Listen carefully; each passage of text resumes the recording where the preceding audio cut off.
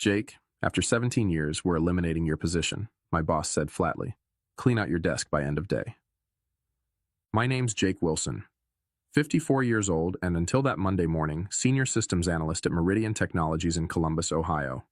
For almost 2 decades, I'd been the backbone of the IT department, from the dial-up days to cloud migration. 3 CEOs had come and gone while I stayed put, training every new hire, recovering every lost file, working through weekends and holidays without asking for a promotion or pat on the back. So when Daniel called me into his office with Vanessa from HR already seated, I knew before he opened his mouth. The air had changed weeks ago.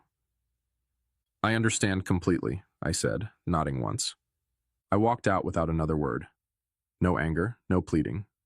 Just quiet acknowledgement.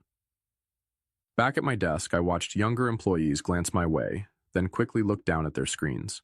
News travels fast. Most of them were coders I'd trained myself. Good kids, but they had no idea what was actually built into our systems or how the older architecture worked.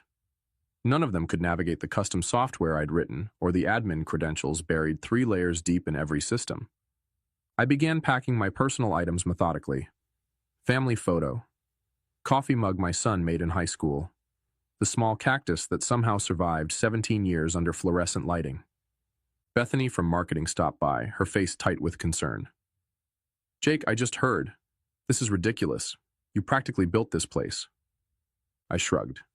Companies change direction. But without any warning? After everything you've done? Her voice was rising, drawing attention. It's fine, I said quietly. Really? It wasn't fine, but I wasn't going to make a scene. As I was leaving, Daniel stepped out of his office to watch me go. No goodbye, no handshake. Just surveillance to make sure I actually left. What none of them had bothered to pay attention to over the years was that I had become the most critical person in the entire building. Not because I was exceptional, but because I was thorough. I documented everything. Set up secure audit protocols years ago to track unauthorized access, by request of the legal team during a past scandal. I also had copies. In my car, I sat for a moment, looking back at the 12-story building where I'd spent most of my adult life. The security badge I'd just surrendered had been renewed 16 times. I started the engine and drove home. They had no idea Wednesday would be fun. I'd been with Meridian since it was just 2 floors in a business park. Started when my daughter Olivia was in kindergarten. Now she was finishing grad school. The company grew, and I grew with it. Turned down offers from competitors because loyalty mattered to me. My wife Andrea used to joke that the servers were my second family. She wasn't entirely wrong. I knew every system, every workaround, every backdoor solution to problems the executives didn't even know existed. The infrastructure I'd built had survived 3 acquisitions and countless innovations that management embraced, then abandoned months later. Daniel became my boss 5 years ago, young MBA type who called our department IT resources instead of people. He had ideas about streamlining, efficiency, digital transformation, buzzwords that usually meant doing more with less. At first, I tried to help him understand our systems, the complexity buried under years of growth and adaptation. We need to future-proof, he'd say in meetings, looking right past me. 6 months ago, he brought in a consultant named Jason Phillips. Expensive suit, firm handshake, Stanford degree displayed prominently on his LinkedIn profile. They'd huddle in conference rooms, speaking quietly whenever I walked by. 3 months ago, I noticed my access permissions being quietly modified. Nothing obvious, just small changes to administrative controls. I could have protested, but instead I watched. Documented. You seem distracted lately, Andrea said one night as we sat on the porch. Is everything okay at work? I nodded, sipping my beer. Just changes. Nothing I haven't seen before. But these changes felt different. I was being sidelined in meetings. Emails about system upgrades stopped including me. Younger team members were assigned to projects I would normally handle. Then I found it, a company-wide memo about modernization initiatives that had never been shared with me. It outlined a complete restructuring of the IT department under new leadership, Jason Phillips. My position wasn't even on the organizational chart. That same day, I discovered something else. While running a routine security scan, one of those background tasks no one else bothered with anymore, I noticed unusual patterns in our financial software. Regular transfers to a vendor I didn't recognize. Apex Solutions Group. A quick search showed it was registered just last year with a business address that led to a UPS store. The authorized payments had started small but were growing each month. I didn't say anything, just noted it, copied the records, and continued watching. Sometimes the quiet man in the corner sees everything precisely because everyone thinks he sees nothing. The morning after I was let go, I sat in my home office staring at my personal laptop. No alarm had woken me. No commute waited. Just silence and the weight of what had happened. Andrea brought me coffee, placing it beside me without a word. After 19 years of marriage, she knew when I needed space. "I'm going to the store," she said eventually. "Need anything?" I shook my head.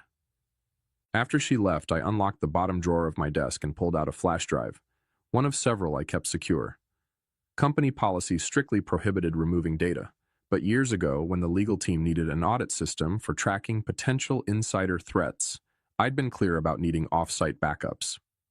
They'd signed off on it, then promptly forgotten. I plugged it in and began reviewing the files. Internal emails, meeting minutes I shouldn't have had access to, financial records that normal employees would never see. There it was, a full history of payments to Apex Solutions Group, nearly $1.8 million over 18 months. The approval chain led directly to our CFO, Brian Wilcox. I dug deeper, cross-referencing dates and figures until the pattern emerged. The payments aligned perfectly with a series of software license renewals for systems we used company-wide. But the amounts were inflated, sometimes by 15%, sometimes by 20%. Small enough not to raise immediate flags, large enough to add up. I pulled up the business registration for Apex Solutions Group. The listed owner was Thomas Wilcox. A quick social media search confirmed what I suspected: Brian's brother-in-law. They were siphoning company funds through fake markup on legitimate expenses. I leaned back in my chair, feeling something shift inside me. Not anger exactly, something colder, more focused. For 17 years, I'd solved problems, fixed systems, protected data. I'd been the reliable one, the steady presence who never caused waves, and they'd discarded me like outdated hardware. My phone buzzed with a text from Steven, a junior analyst I'd mentored over the past 2 years. "Sorry about yesterday. Total BS what they did. Phillips is already moving into your old office." I set the phone down without responding. The pieces all fit now. Daniel and the CFO needed me gone before anyone could connect the dots on their scheme. They probably thought the evidence would disappear with me, that I was just some aging tech guy who didn't understand modern finance.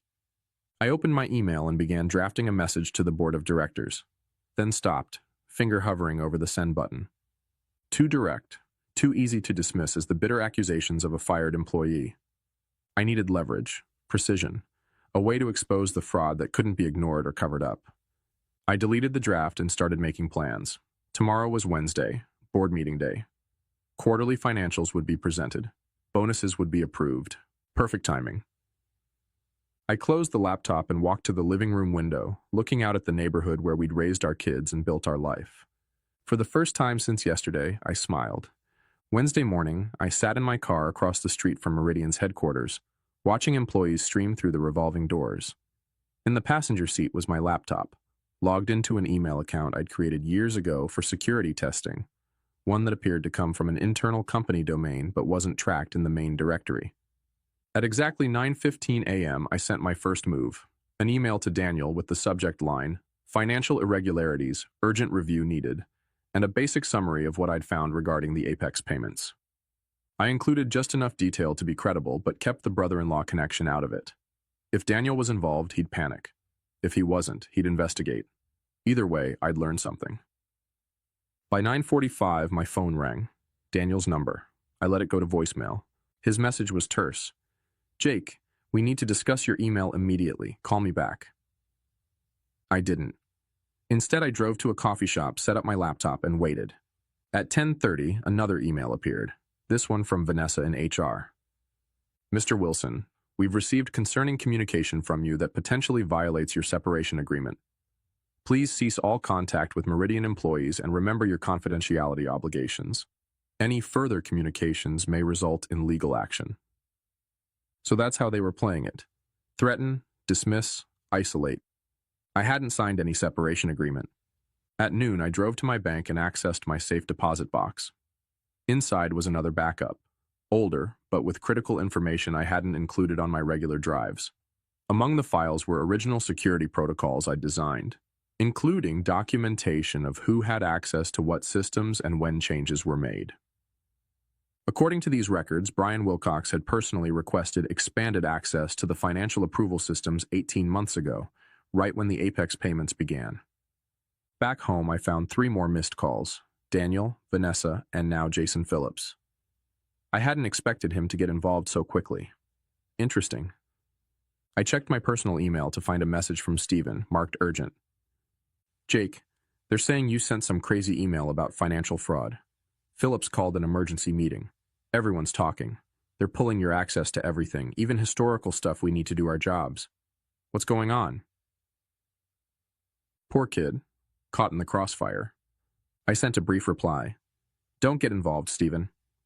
Just watch. At 3 p.m., my home phone rang, a number I hadn't used for business in years. I picked up but said nothing. Jake? It's Brian Wilcox. His voice was steady, controlled. We should talk about your concerns. I think there's been a misunderstanding. Is that what you call it? I asked. Look, transition periods are always difficult. If you have questions about company finances, there are proper channels. Like the board? I interrupted. Silence then. The board doesn't need to be bothered with operational details. Why don't we meet tomorrow, just you and me? We can clear this up. Sorry, I'm busy tomorrow, I said. Besides, I think the board might actually be very interested in Apex Solutions Group, and your brother-in-law. The sharp intake of breath told me everything. You're making a serious mistake, he said finally. We can make this right. Generous severance, references, whatever you need. Goodbye, Brian, I said and hung up. Within 10 minutes, Vanessa emailed again. Suddenly, my severance package had doubled with an attached agreement requiring my complete confidentiality regarding all company matters. They were scrambling now, but they still thought they were dealing with a simple extortion attempt. They had no idea what was coming. Thursday morning brought clarity and confirmation.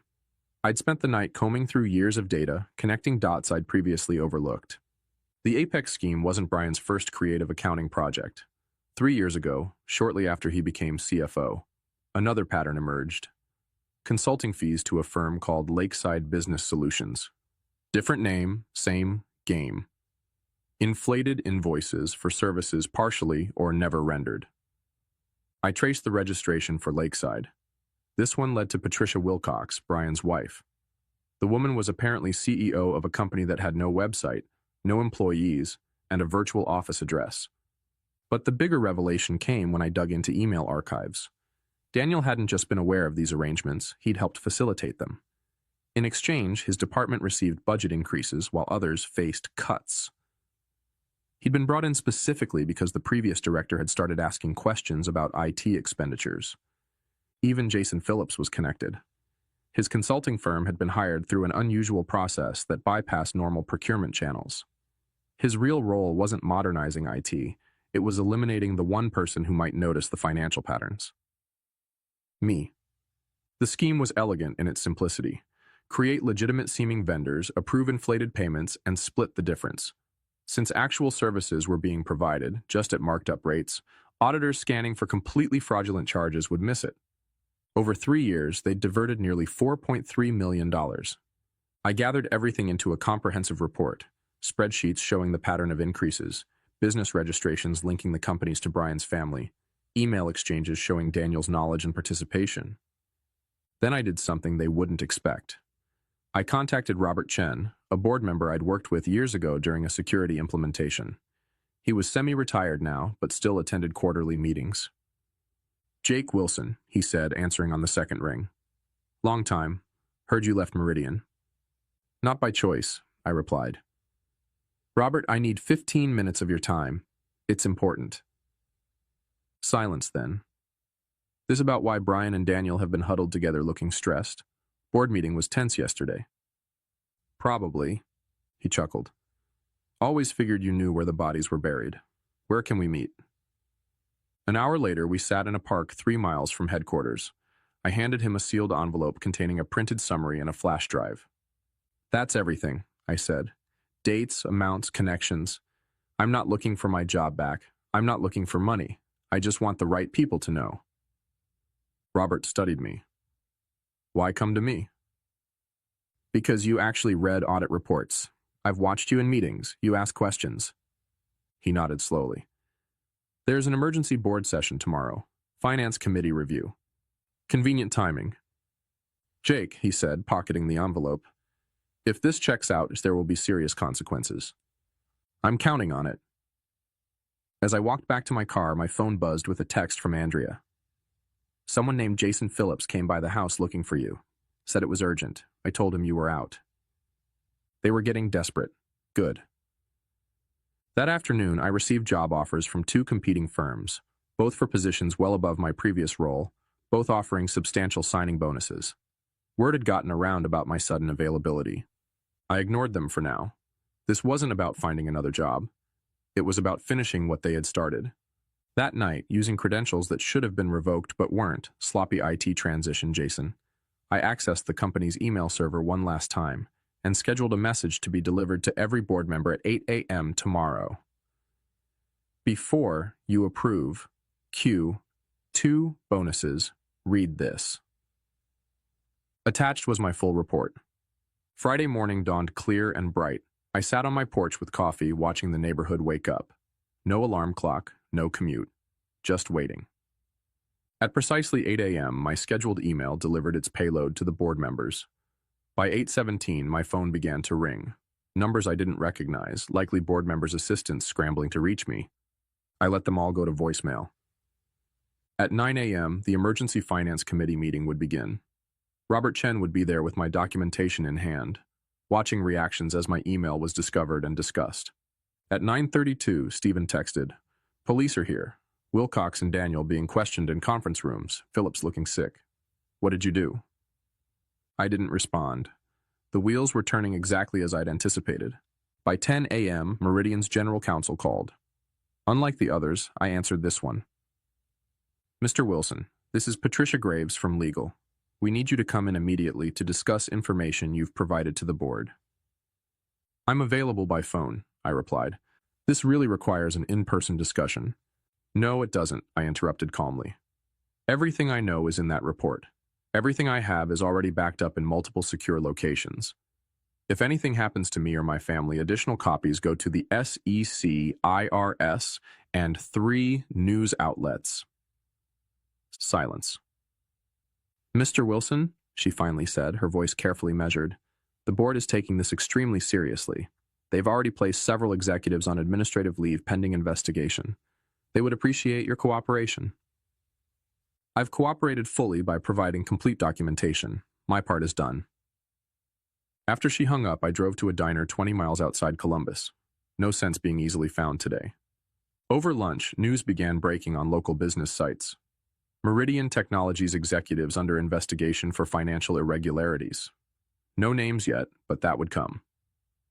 At 2 p.m., Robert Chen called. "It's a bloodbath," he said without preamble. "Brian confessed once we confronted him with your evidence, trying to cut a deal, blaming Daniel for pressuring him. Daniel's denying everything." "And Phillips?" "Claims he was just a consultant who had no knowledge of financial matters. Board isn't buying it. We've suspended all 3 pending further investigation." "The money?" "Forensic accountants are coming in Monday. Early estimates suggest at least $4.5 million diverted over 3 years, maybe more." I nodded to myself. I'd been close. "The board wants to talk to you," Robert continued. "About coming back, not just to your old position. They're creating a new chief security officer role, reporting directly to the board." I'd anticipated this possibility, but still found myself surprised. "I'll think about it," I said. That evening, I told Andrea everything. She listened without interrupting, then asked, "What do you want to do?" Good question. The revenge part was complete. The people who'd pushed me out were themselves being pushed out, likely facing criminal charges. Justice had been served cold and precise. But returning to Meridian meant walking back into the place that had discarded me after 17 years of service. Could I do that? Did I want to? I need time to decide, I said finally. Later that night, I opened my laptop one last time and posted a single message to my otherwise dormant LinkedIn profile. Never burn bridges, just let them collapse under the weight of their own greed. Within minutes, former colleagues began reaching out. Word was spreading. The quiet systems guy had brought down 3 executives without raising his voice. By Monday, everyone would know exactly who they'd underestimated. Monday morning, I walked into Meridian's headquarters wearing a suit I hadn't needed in years. The security guard did a double take, then quickly printed me a visitor badge. "Welcome back, Mr. Wilson," he said with newfound respect. The elevator ride to the executive floor was quiet. I'd never had reason to visit this level before. Now I was expected in the boardroom. 10 board members sat around a polished table. Robert Chen nodded slightly as I entered. The interim CEO, previously the COO, looked uncomfortable.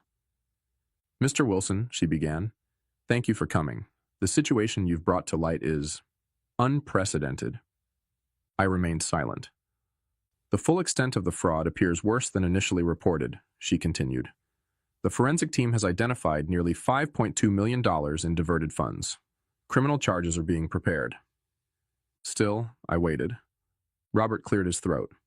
"Jake, the board has unanimously voted to create a new executive position, Chief Information Security Officer. Full executive privileges, reporting structure directly to the board. We'd like to offer you the role." I set my folder on the table. "Inside you'll find my conditions," I said. "Non-negotiable." The CEO opened it, scanning quickly. Her eyebrows rose. "Full audit authority across all departments, independent budget, veto power on financial technology decisions." I nodded once. "This is unusual," she said. "So was embezzling $5.2 million, I replied. "That happened because no one was watching. Now someone will be." The room fell silent. "You have until noon," I said, standing. "I have other offers." As I turned to leave, Robert asked, "Did you plan this all along, Jake?" I paused at the door. I didn't plan to be fired after 17 years. Everything after that was just me doing what I've always done, identifying system vulnerabilities and implementing appropriate security measures. At 11:47, they called. They'd accepted every condition. 6 months later, I sat in my new corner office reviewing security protocols for the upcoming quarter. The view overlooked the Columbus skyline, a daily reminder of how much had changed. Brian Wilcox had pled guilty to multiple fraud charges. In exchange for cooperation, he'd receive a reduced sentence, still significant. Daniel was fighting the charges, insisting he was unaware of the scheme despite the evidence. Jason Phillips had fled to Brazil but was being extradited. The money had been recovered, most of it anyway, enough that the company avoided serious financial damage. My former team now reported to me, though I'd promoted Steven to run day-to-day operations. The kid had potential, just needed someone to see it. A knock at my door drew my attention. Andrea stood there, smiling. "Ready for lunch?" she asked. I nodded, grabbing my jacket. As we walked through the IT department, conversations quieted briefly. Not from fear, but respect. These people knew what had happened, knew I could have destroyed the company instead of saving it. In the elevator, Andrea squeezed my hand. "Happy?" I considered the question. The anger that had driven me those first few days after being fired had faded. What remained wasn't exactly happiness, more like satisfaction, completion. "I'm good," I said. Outside, the October sun warmed our faces as we walked to a nearby restaurant. My phone buzzed with a message from Robert Chen. "Board approved your security budget increase. Unanimous vote." I smiled slightly. No arguments, no questions, just trust. Andrea noticed my expression. "What is it?" "Nothing," I said, sliding the phone back into my pocket. "Just thinking about bridges. Some collapse under their own weight. Others, once repaired, become stronger than they ever were before. I'd built this one right this time,